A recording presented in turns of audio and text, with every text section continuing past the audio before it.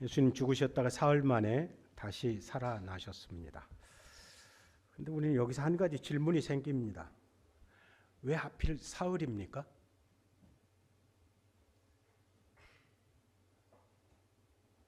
유구무원이거늘, 그렇죠? 왜 사흘입니까? 이틀 만에 살아나실 수도 있고 나흘 만에 살아나실 수도 있었을 것입니다. 근데 왜 사흘이죠? 어떤 분은 시체가 썩지 않게 어쩌고 그러는데 그거는 그냥 하는 이야기인 것 같고요. 물론 복음서에서는 예수님께서 내가 사흘 만에 3일 만에 다시 살아날 것이다 이렇게 말씀을 하셨습니다. 그러나 구약 어디에도 메시아가 반드시 사흘 만에 부활할 것이라 이렇게 직접적으로 기록하고 있는 구절이 없다는 것입니다. 그렇다면 여기에 사흘 만에라고 하는 말씀은 단순히 시간표를 알려주는 표현이 아니라는 겁니다. 이거는 구약 성경 전체에 흐르고 있는 하나님의 구원의 방식을 설명하기 위해서 사흘이라고 하는 표현을 사용한 것으로 보입니다. 그러니까 절망 가운데서 다시 살리시고 심판 가운데서 회복시키시며 죽음의 자리에서 생명을 일으키시는 하나님의 구속사적 패턴을 보여주는 것이라고 할 수 있을 것입니다. 이런 원리는 아마도 호세아서 6장에서 호세아의 회복을 설명하는 그 의미에서 가져왔을 수도 있습니다. 요나의 표적에서 올 수도 있었고요. 이스라엘의 여러 구원의 사건 중에서 셋째 날의 의미가 바로 예수 그리스도의 부활 안에서 완성되는 것이라고 할 수 있을 것입니다. 그런데 중요한 것은 왜 사흘이냐가 아니고 사흘 만에 하나님께서 죽음을 깨뜨리시고 예수 그리스도를 다시 살리셨다는 것입니다.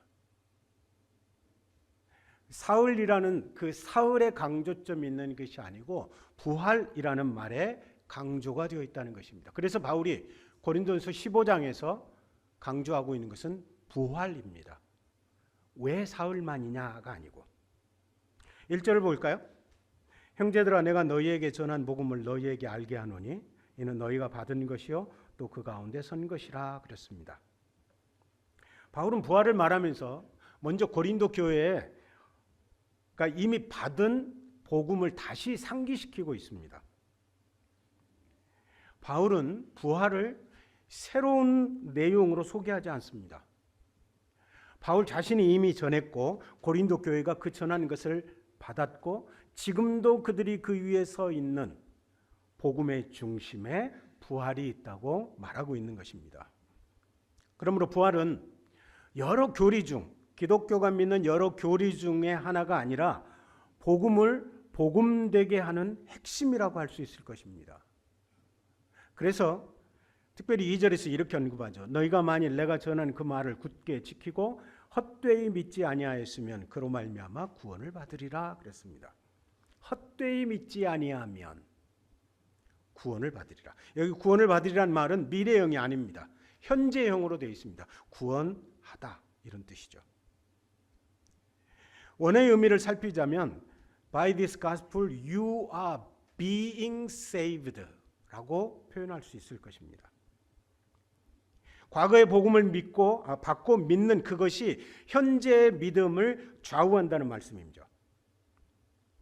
복음은 전에부터 우리를 붙들고 있었습니다. 그리고 지금 살리고 있고 앞으로도 우리를 구원의 길 위에 세우는 능력이라고 할 수 있습니다. 그게 복음이고 복음의 가장 핵심인 부활입니다. 또 바울은 받은 복음을 굳게 지키고 헛되이 믿지 않아야 한다고 말합니다. 굳게 지키고 헛되이 믿지 않아야 한다. 이 말은 믿음의 지속성을 가리키는 말입니다. 그렇다고 구원을 인간의 노력으로 유지할 수 있느냐? 그렇지 않습니다. 참으로 하나님의 은혜를 받은 믿음은 그 복음을 계속 붙드는 모습으로 드러납니다. 당연히 은혜는 인간의 책임을 제거하지 않죠. 오히려 반대로 은혜를 받은 사람은 복음을 가볍게 여기지 않고 부활의 소망을 희미하게 만들지 않는 믿음을 갖게 된다는 것입니다. 그러니까 부활을 믿으면 믿음의 지속성으로 자신을 던져놓는다고 말할 수 있을 것입니다.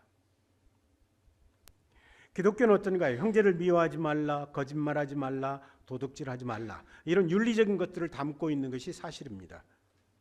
요즘은 좀 덜하지만 우리 어렸을 때는 어떤가요? 자기는 안 가면서 자기 자녀는 보내면서 어떻게 하죠? 그래, 너라도 착한 사람 되라. 그리고 교회를 보냈습니다. 그래서 어떤 사람들은 예수 믿는 것을 그저 착한 사람 되는 것이라고 말을 합니다. 그러면서 윤리적 교리는 받아들일 수 있지만 그리스도의 죽음과 부활 같은 진리는 받아들일 수 없다라고 선을 긋기도 합니다. 그렇다면 그것은 헛되이 믿는 거죠. 헛된 믿음입니다. 왜냐하면 다른 교리는 다 가지고 있어도 부활이 없다면 기독교는 그저 껍데기에 불과하기 때문에 그렇습니다. 그래서 바울은 고린도전서 15장에서 무려 58절이나 할애해서 바울이 묻고 있는 것이 단순히 여러분들이 부활의 내용을 알고 있습니까? 그 말이 아니고 여러분들은 지금 그 부활의 복음 위에 서 있습니까? 라고 하는 질문이라는 겁니다. 주님이 죽으시고 부활 장사되고 사흘 만에 다시 살아나셨다는 복음이 지금도 너희의 믿음의 기초이며 삶의 중심이냐고 묻고 있습니다. 구원은 부활하신 그리스도를 믿는 것이고 그 부활의 복음 안에 서 있는 것입니다. 제가 이 말씀을 준비하면서 아니 부활절이나 해야 할 설교를 지금 6월 말에나 하고 있으니 하지만 언제든 부활은 중요합니다. 뭐 부활절 때 하든 크리스마스에 부활을 이야기하든 부활은 정말 소중한 것입니다. 오늘 보면 3절과 4절을 보겠습니다. 내가 받은 것을 먼저 너희에게 전하였노니 이는 성경대로 그리스도께서 우리 죄를 위하여 죽으시고 장사 지낸 바 되었다가 성경대로 사흘 만에 다시 살아나셨다 그랬습니다. 여기 3절과 4절은 바울이 전한 복음의 핵심을 가장 간결하면서도 강력하게 요약하고 있습니다. 3절에 무엇이라고 말씀합니까? 내가 받은 것을 먼저 너희에게 전하였다 그랬습니다. 여기에 먼저라고 하는 말은 먼저 나중 그런 앞뒤를 말하는 순서를 말하는 게 아닙니다. 영어 표현으로는 as of first importance라는 표현입니다. 아까부터 영어를 말씀드리면서 유식한 척해서 죄송합니다.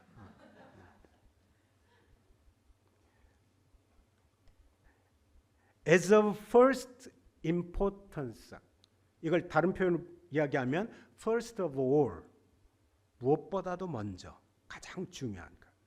그래서 원어적으로는 가장 중요하다라는 의미입니다. 그러니까 바울이 고린도 교회에 복음을 전할 때 내가 먼저 부활을 전한다가 아니고 가장 중요한 복음이 바로 부활이다 라고 하는 것을 지금 고린도 교회에 전하고 있는 것입니다. 그리스도께서 우리 죄를 위하여 죽으시고 장사되셨으며 성경대로 사흘 만에 다시 살아나셨다는 복음이 가장 중요하기 때문에 그 중요한 복음을 가장 먼저 전하고 있다는 것입니다. 그렇다고 바울 스스로가 부활이 가장 중요하다고 결정한 것이 아닙니다. 바울은 내가 받은 것이라고 말합니다. 내가 받았다.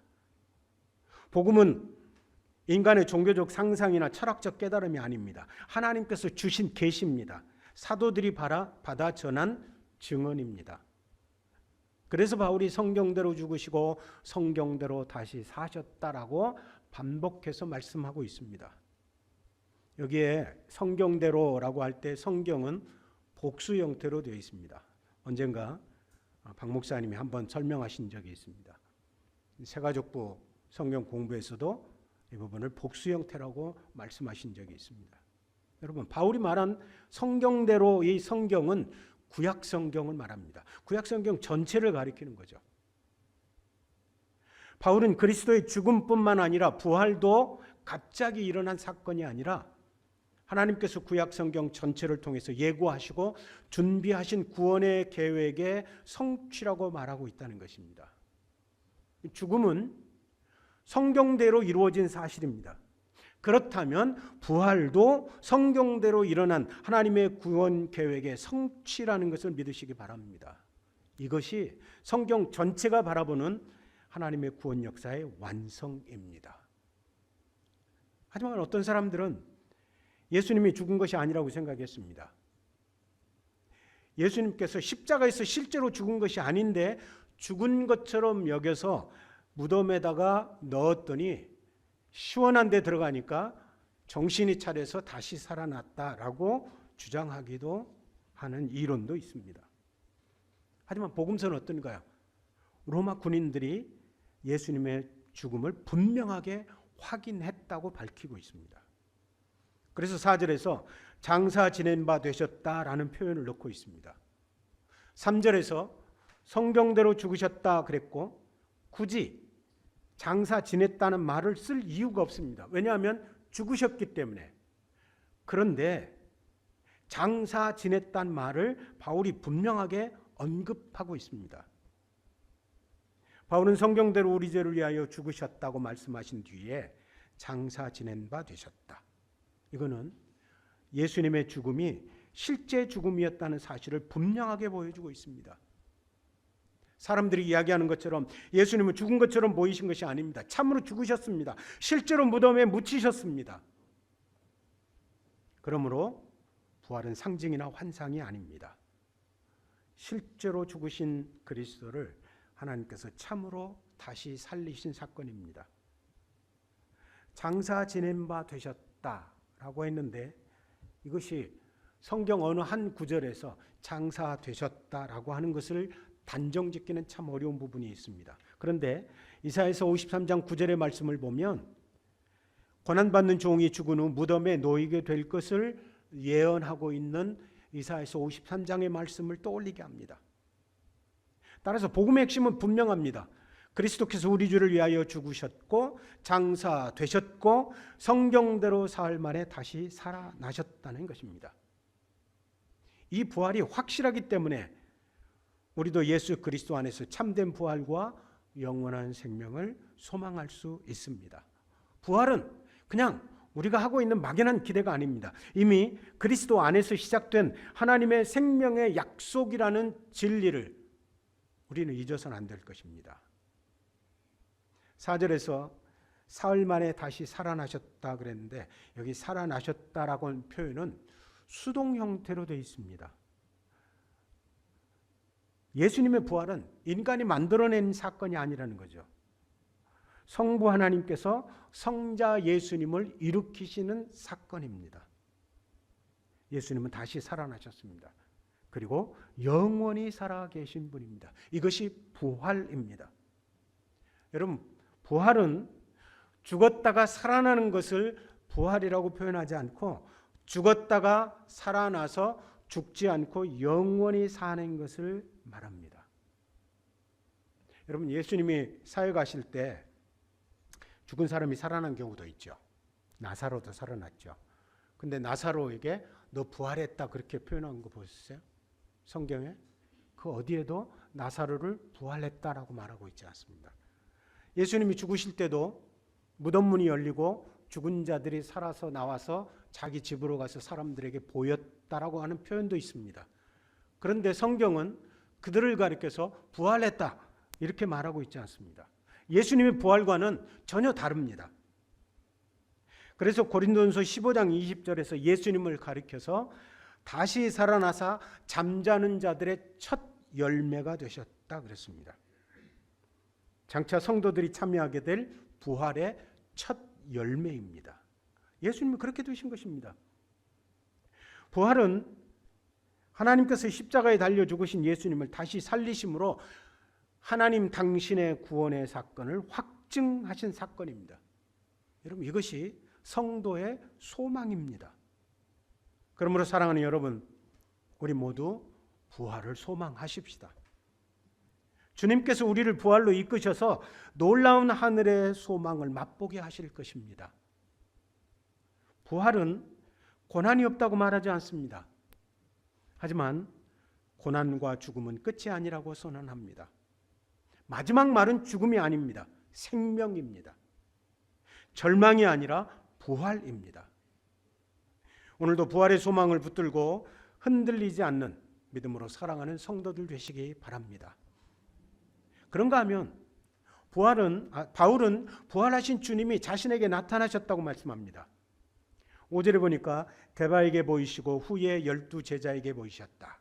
6절에서는 500여 형제에게 동시에 보여주셨다. 이렇게 말하고 있습니다. 그 다음에는 야고보에게 또 모든 사도들에게 나타나 보이셨습니다. 그리고 마지막으로 바울 자신이었다고 고백하고 있습니다. 바울이 여기서 강조하고 있는 것은 부활은 막연한 소문이나 제자들의 내면적 확신이 아니라 실제로 증언된 사건이라는 것을 강조합니다. 그런데 주목해 봐야 될 점은 예수님이 부활하셨다고 나타내 보이신 사람들을 한번 보십시오. 게바, 12 제자, 500여 형제, 그리고 야고보, 모든 사도, 바울 자신. 이들의 공통점이 무엇입니까? 다 예수님을 믿는 사람들이라는 거죠. 모두 예수님의 제자들이었습니다. 저는 여기서 늘 질문하곤 합니다. 왜 예수님은 가야바나 안나스에게 안 나타나셨을까요? 왜 예수님은 진리와 정치적 계산 사이에서 오락가락하던 자신의 이익을 취했던 빌라도에게 왜 나타나 보이지 않으셨을까요? 빌라도에게 나타나 보이시기만 하셨어도 이 빌라도가 변화되었다면 어떤 큰 영향력을 끼쳤을지 누가 알겠습니까? 그런데 빌라도에게 나타나지 않으셨어요. 다 예수님을 잘 믿는 제자들에게 나타나셨습니다. 이 말씀은 무엇입니까? 부활이 무슨 비밀스러운 사건이 아니라는 뜻입니다. 비밀스러운 사건이었다는 뜻이 아닙니다. 오히려 하나님께서 부활의 증인을 은혜로 세우시기 위함입니다. 예수님은 부활을 조롱거리나 논쟁거리가 되게 하시는 것이 아니라 부활을 전할 증인들에게 나타나셨고 그들을 부활의 증인으로 세우시는 것입니다. 어떤 분은 이렇게 표현하기도 합니다. 부활은 예수 안 믿는 사람을 위해서 필요한 게 아니고 예수를 믿는 사람들에게 필요한 것이 부활이다라고까지 말합니다. 저는 그 말에 10분 동의합니다. 그렇죠. 예수 안 믿는 사람에게 부활이 무슨 의미가 있겠습니까? 예수 잘 믿는 사람에게 예수 그리스도와 같은 부활이 필요한 거죠. 그런데 놀라운 것은 부활하신 예수님을 만난 베드로, 12 제자들, 그들은 어떻게 되었습니까? 변화되었습니다. 초대교회의 중요한 기초를 놓고 부활을 증거했습니다. 여러분 사도행전과 기타 여러 서신들을 읽어보십시오. 특별히 사도행전에 보면 12 제자들이 전한 것은 예수 그리스도의 십자가의 죽음이 아닙니다. 물론 죽음도 전했지만 예수 그리스도의 부활에 초점이 맞춰져 있습니다. 그분은 살아나셨다. 이것이 사도들의 증거입니다. 예수님의 동생 야고보는 부활을 체험하고 나서 어떻게 되죠? 예루살렘 교회를 총괄하는 리더십이 되기도 합니다. 여러분, 부활은 우리의 구원을 확고하게 해주는 것입니다. 부활하신 주님을 만난 사람들은 더 이상 이전의 자리에 머물러 있지 않습니다. 삶의 변화를 일으켜 주님을 위해 헌신하는 믿음으로 바뀐 것입니다. 그렇게 우리는 이렇게 질문해야 할 것입니다.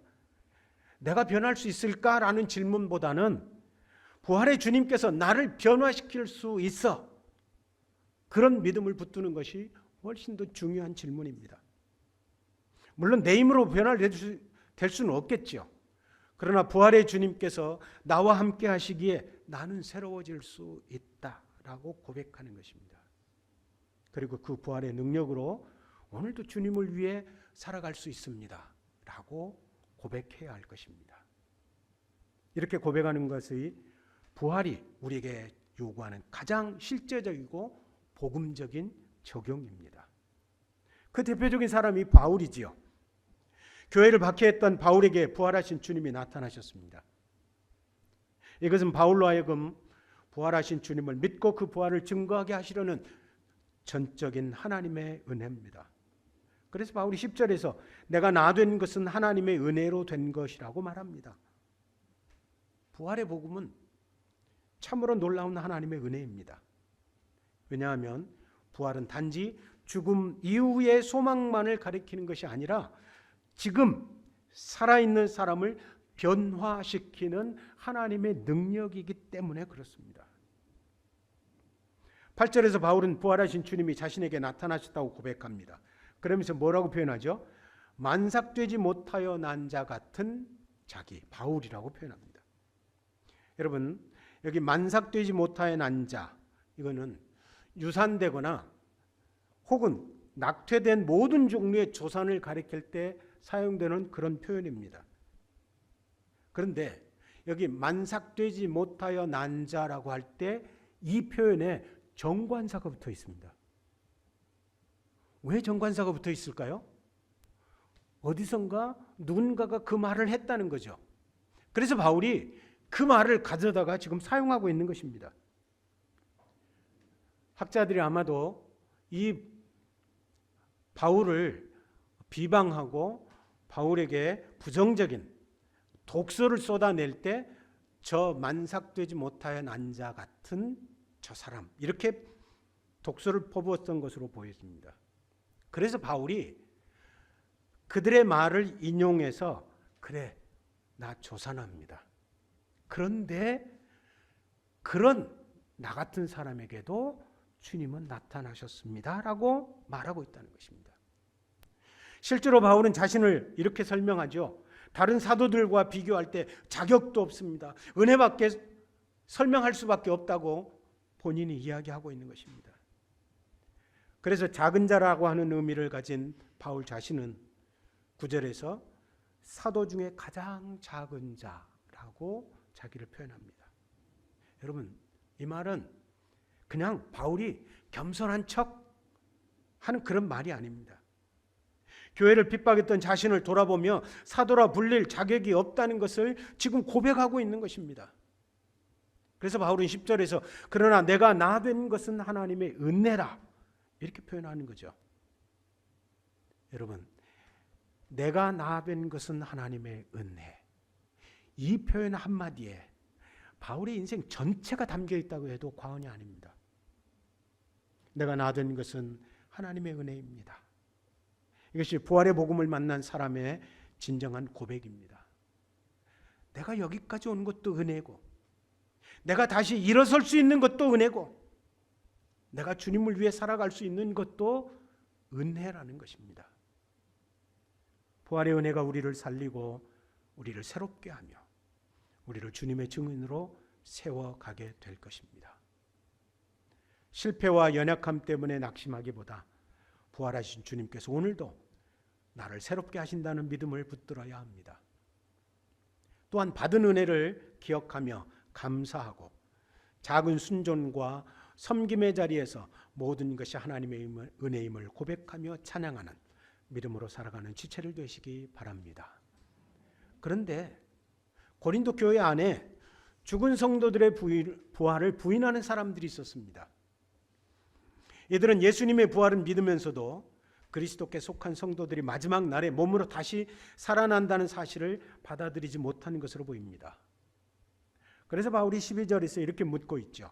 그리스도께서 죽은 자 가운데서 다시 살아나셨다 전파되었거늘 어찌하여 죽은 자 가운데서 부활이 없다 하느냐. 여러분, 바울의 논리는 아주 분명합니다. 그리스도의 부활과 성도의 부활을 나눌 수 없다는 겁니다.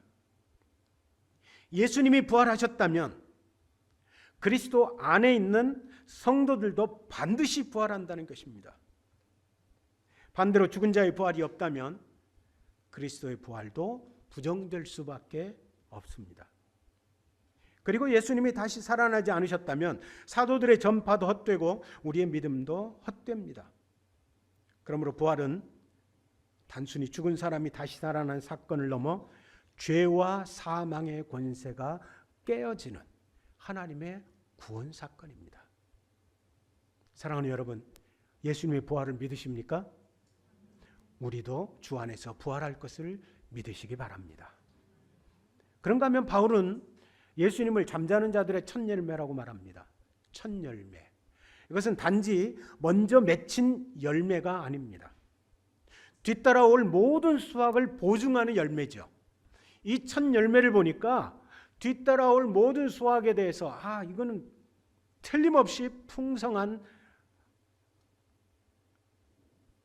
추수가 될 것이야. 이렇게 표현할 수 있다는 것입니다. 그러므로 예수님의 부활은 예수님 한 분에게만 일어나는 사건이 아니라 그리스도께 속한 모든 성도의 부활을 보증하는 사건입니다. 15장 22절에서 아담 안에서 모든 사람이 죽은 것 같이 그리스도 안에서 모든 사람이 삶을 얻으리라. 그러나 각각 자기 차례대로 되리니 먼저는 첫 열매인 그리스도요, 다음에는 그가 강림하실 때 그리스도 안에서 속한 자요, 그 후에는 마지막이니 그가 모든 통치와 모든 권세와 능력을 멸하시고 나라를 아버지 하나님께 바칠 때라 그랬습니다. 여러분, 여기서 바울이 사용하고 있는 표현을 보십시오. 차례대로 된다. 먼저는 첫 열매인 그리스도요, 다음에는 그가 강림하실 때, 그 후에는 마지막이니, 이렇게 표현합니다. 부활의 시간을 나타내는 명사와 접속사들입니다. 고린도 교회가 부활을 믿지 못하는 이유가 무엇이었을까요? 아마도 그들은 현실의 삶에 너무 초점을 맞추다 보니까 그들의 마지막 날에 있을 몸의 부활을 충분히 붙들지 못했던 것으로 보입니다. 하지만 바울은 분명히 말합니다. 차례대로 일어날 것이며 그 후에는 마지막이 있을 것이라. 부활이 지향하는 목표는 아담으로 말미암아 오게 된 죽음을 넘어서서 그리스도로 말미암아 누리게 되는 영원한 생명의 질서입니다. 사랑하는 여러분, 하나님께서 예수님을 부활시키셨으니 우리도 부활시키실 것입니다. 성도의 소망은 막연한 기대가 아닙니다. 첫 열매 되신 그리스도 안에서 보증된 약속이라는 것을 우리는 알아야 합니다. 앞에서 바울은 부활 때문에 자신이 변했다고 말했습니다. 그런 바울이 15장 30절에서 이렇게 말하죠. 또 어찌하여 우리가 언제나 위험을 무릅쓰리요. 32절에서는 내가 사람의 방법으로 에베소에서 맹수와 싸웠으면 내게 무슨 유익이 있으리요 그랬습니다. 여러분, 이 표현을 보면 바울은 아주 심각한 상황에 놓여 있습니다. 하지만 바울은 좌절하지 않습니다. 그리고 사도의 일을 해내고 있습니다. 바울이 이렇게 사역할 수 있는 것은 이유가 뭘까요? 바로 부활 때문입니다. 바울은 31절에서 죽는다고 표현하지요. 형제들아, 내가 그리스도 예수 우리 주 안에서 가진 바 너희에 대한 나의 자랑을 두고 단언하니 나는 날마다 죽노라 그랬습니다. 여러분, 자기 자신이 날마다 죽는 것을 자랑한답니다. 여러분, 날마다 죽습니다. 그런데 만약에 부활이 없다면 날마다 죽는 것이 무슨 의미가 있겠습니까? 바울은 죽는 것을 즐기는 피학대증 환자가 아닙니다. 주님을 위해서 헌신한 온전한 사역자입니다. 그는 부활을 믿었기 때문에 복음을 위해서 날마다 죽음과 같은 위험을 감수할 수 있었던 것입니다. 그리스도께서 부활하셨고 자신도 장차 부활할 것을 믿기에 현재의 고난과 위험을 피하지 않고 복음의 길을 갈 수 있었습니다. 그러므로 날마다 죽는다라고 하는 말은 그냥 하는 말이 아니고 부활신앙이 낳은 담대한 헌신의 고백입니다. 우리가 알다시피 바울은 얼마나 힘든 일들을 많이 당했습니까? 그럼에도 불구하고 담대하게 이 일들을 감당해냅니다. 자신이 부활할 것을 확신하기 때문에 오는 담대한 헌신의 고백입니다. 여러분, 이것이 부활의 능력입니다. 부활의 은혜를 아는 사람은 이 땅의 가치와 적당히 타협하며 살아갈 수 없습니다. 부활을 믿는 사람은 죽음이 끝이 아니라는 사실을 알기에 오늘의 고난과 손해, 불편함 앞에서도 믿음의 길을 포기하지 않습니다. 부활은 지금 우리의 삶 속에서 역사하시는 하나님의 생명입니다. 우리는 사망과 죽음이 두려운 사람이 아닙니다. 그런데 우리는 비 맞는 것이 두렵습니다. 바람 부는 것을 좀 못 견뎌 합니다. 여러분, 물이 좀 묻으면 어떻습니까? 바람이 불어서 길을 빨리 가지 못하고 조금 움츠러들면 어떻습니까? 우리에게는 부활의 생명이 있습니다. 아무리 어려워도 우리 안에 있는 부활의 능력을 바라보며 툭툭 털어버리고 일어서십시다. 그리스도 안에서 옛사람을 죽음에 내어주고 새 사람으로 날마다 부활하여 살아가는 믿음의 지체를 되시기 바랍니다. 여기서 끝나면 참 좋겠죠. 조금 더 남았습니다. 이제 바울은 부활의 논증을 한마디 승리의 찬양으로 이끌고 갑니다. 15장 55절과 56절에 보니까 사망아 너의 승리가 어디 있느냐? 사망아 내가 쏘는 것이 어디 있느냐? 사망이 쏘는 것은 죄요 죄의 권능은 율법이라. 여러분, 이 말씀은 아마도 호세아서 13장 14절과 이사야서 6장이라고 적었네요. 25장입니다. 죄송합니다. 어제 밤에 막 졸리면서 써서.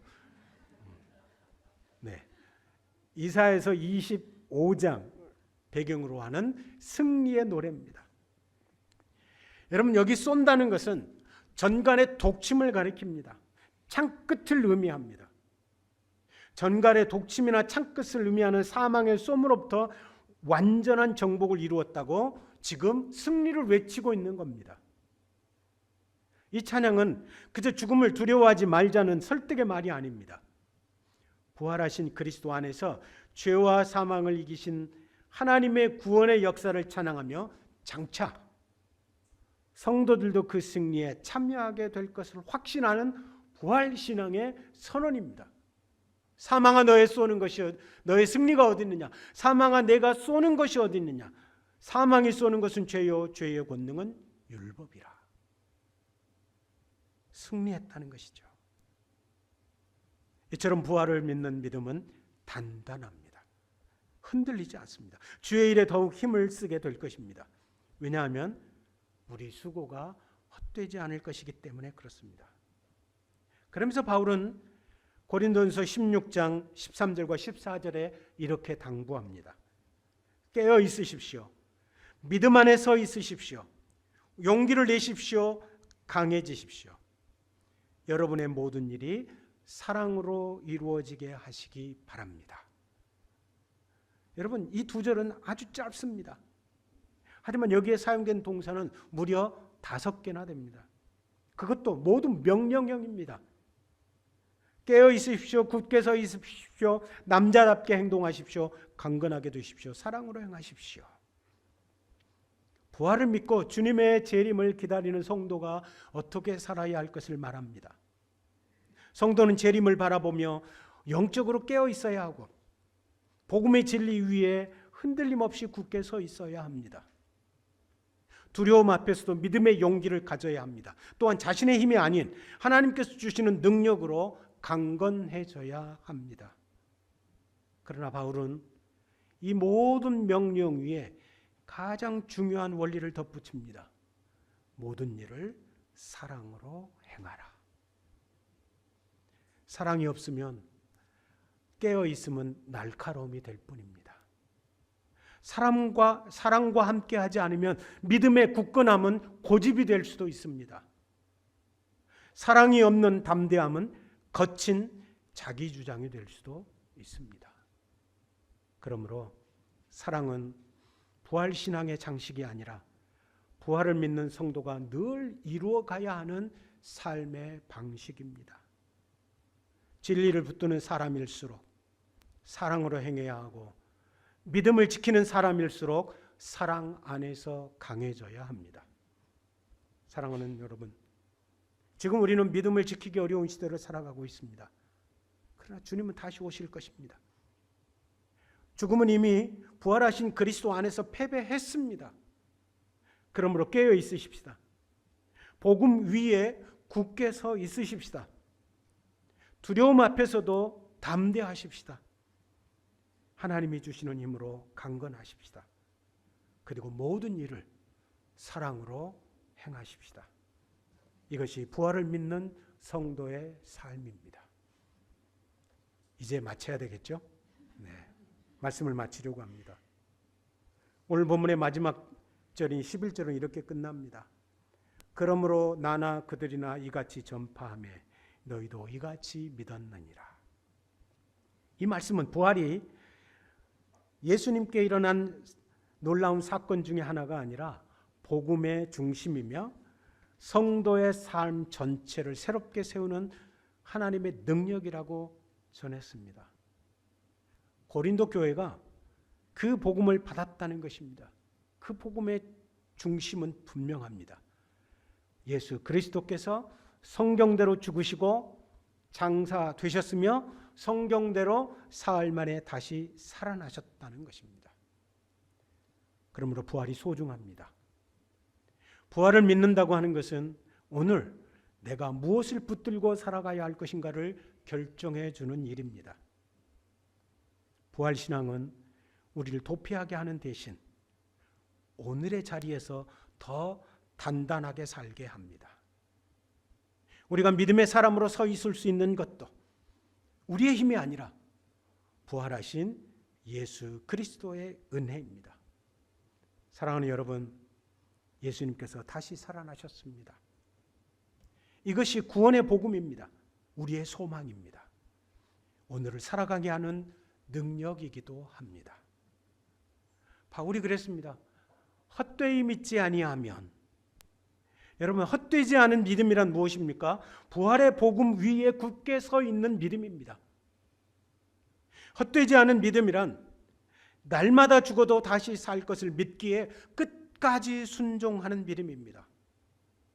헛되지 않은 믿음이란 주님의 일을 사랑으로 감당하는 믿음입니다.